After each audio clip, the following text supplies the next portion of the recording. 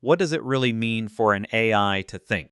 Today, we're diving deep into interview.net, event-driven architecture, the strategic imperative for decoupled .NET systems, microservice proliferation, real-time expectations, and cloud-native elasticity make asynchronous decoupling an architectural must.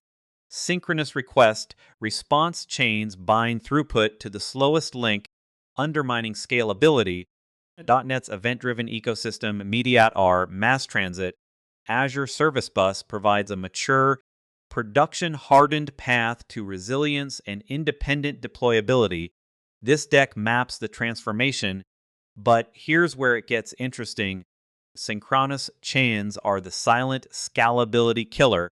In a .NET microservice landscape, a synchronous chain order inventory payment binds the system's fate to its slowest link.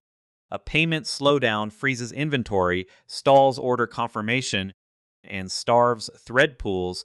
Retory storms worsen the outage. Circuit breakers help, but they do not remove the inherent temporal coupling. Only asynchronous event-driven decoupling eliminates the direct weight, enabling independent failure domains and unbounded throughput. This fragility is not a coding flaw, it's an architectural one. So what's the real problem?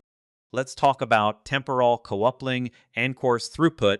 Producer threads block awaiting consumer completion, tying CPU and memory to the slowest responder. An inventory outage freezes the entire order pipeline. Payment halts, orders timeout. Scaling services individually amplifies the bottleneck. Adding more instances only creates more waiting threads. This hidden temporal dependency pervades .NET synchronous ecosystems. The cure is an event-driven inversion. Producers emit immutable facts, not requests. Resources are freed instantly. Collapse radius contained. Synchronous patterns persist because they mimic monolithic reasoning.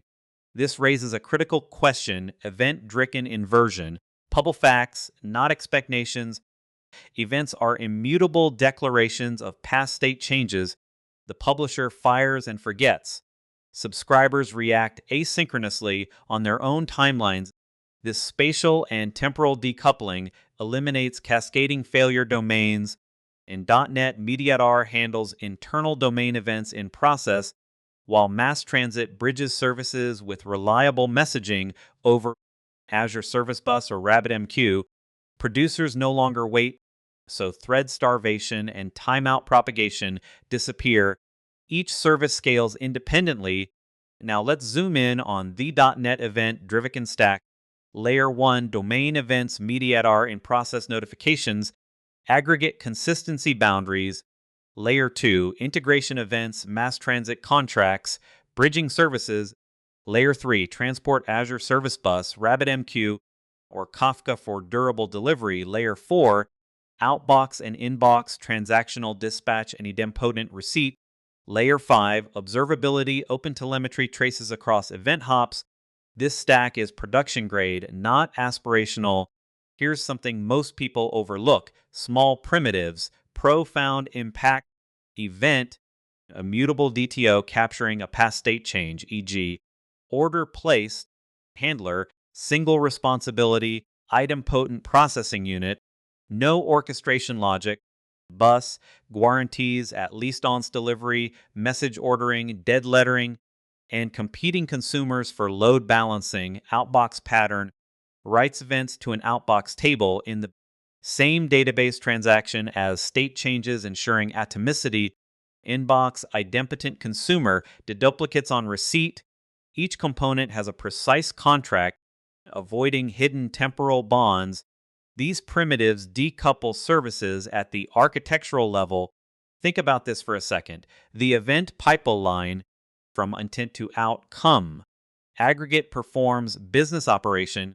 Records domain event within transaction boundary. Outbox table persists event alongside state change, ensuring atomic commit. Dedicated outbox publisher polls table and dispatches to message broker. Broker Azure Service Bus RabbitMQ fans out to bound consumer queues. Consumer handler checks idempotency header, processes logic, updates local data store. If needed, handler emits an integration event for cross-service notification. Sagas coordinate multi-step processes with compensating actions for consistency. Distributed tracing propagates context, visualizing end-to-end event flow. This pipeline ensures reliable, traceable, decoupled communication, and this is where things get complex. Boundary matters. Domum VS integration at a sense. Domain events, MediatR, and notification live strictly inside a microservice, ensuring aggregate consistency and triggering in-process side effects.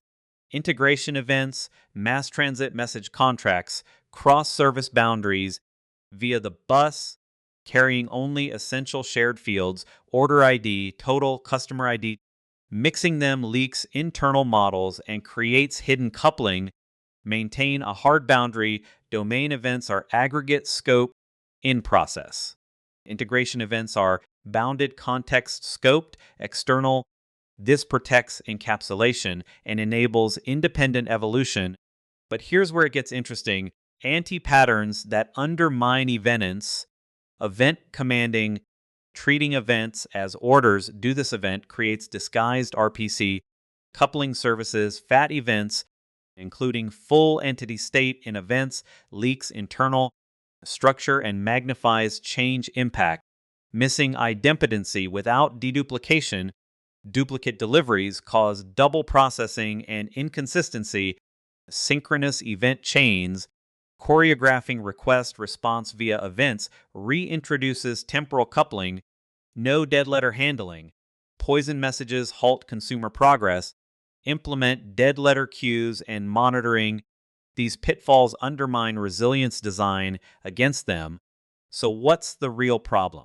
Let's talk about measured impact. Resilience, autonomy, throughput. Resilience. Failures stay contained. Graceful degradation replaces cascading